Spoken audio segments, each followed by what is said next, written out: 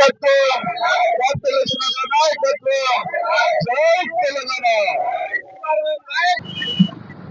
మా నాయకురాలు కల్వకుంట్ల కవిత గారిని కోర్టులో రేపు సోమవారం కేసు ఉన్నది, మేము ఎటువంటి పరిణామం చేయమని చెప్పి కోర్టులో అఫిడవిట్ ఇచ్చిన తర్వాత కూడా మరి నిన్న కల్వకుంట్ల కవిత గారి ఇంటికి వచ్చి సోదాలు చేసి 5:20కి అరెస్ట్ చేసినందుకు మేము నిరసన వ్యక్తం చేస్తున్నాం.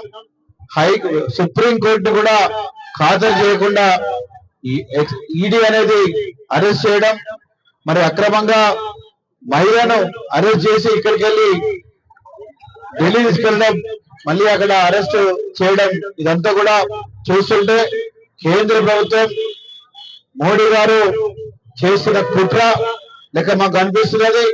ఈ రోజు మొత్తం దేశం లోపలనే ఎన్నికల కోడ్ రాబోతున్నది. ఈ కోడ్ వస్తున్న సమయంలో కూడా బీఆర్ఎస్ పార్టీకి నష్టం చేయాలని చెప్పి కేసీఆర్ గారి మీద కక్ష కట్టి ఇవాళ కవితక్కను అరెస్ట్ చేయడం అనేది అన్యాయం, ఇది నిరంకుశం అని చెప్పి కూడా మేము తెలియజేసుకుంటూ, మరి దానికి నిరసనగా హుస్నాబాద్ నియోజకవర్గంలో కూడా అన్ని మండల కేంద్రాల్లో కూడా నిరసన వ్యక్తం చేస్తాం. అదేవిధంగా ఇక్కడ కూడా హుస్నాబాద్ పట్టణంలో హుస్నాబాద్ టౌన్, హుస్నాబాద్ మండలం కలిపి మన మాతో పాటు బీఎస్పీ వాళ్ళు కూడా వచ్చి నిరసన వ్యక్తం చేసిన కూడా మీకు తెలియజేస్తున్నాం. కేంద్రం వైఖరి వైద్యురాలని చెప్పి రేపు వచ్చే ఎన్నికల్లో కూడా నరేంద్ర మోడీ గారికి బుద్ధి చెప్పాలని చెప్పి కూడా మీ అందరినీ కోరుకునేటువంటి పరిస్థితి చేస్తుంటే, మరి వారు అధికారం చేతిలో పెట్టుకొని అన్ని దుర్వినియోగం చేసుకుంటూ రాజకీయ నాయకులను వారి వైపు ఉంటేనేమో సై, వారి వైపు లేకపోతే కై అన్నట్టు మరి కొట్లాడ దిగుతున్న వాళ్ళు.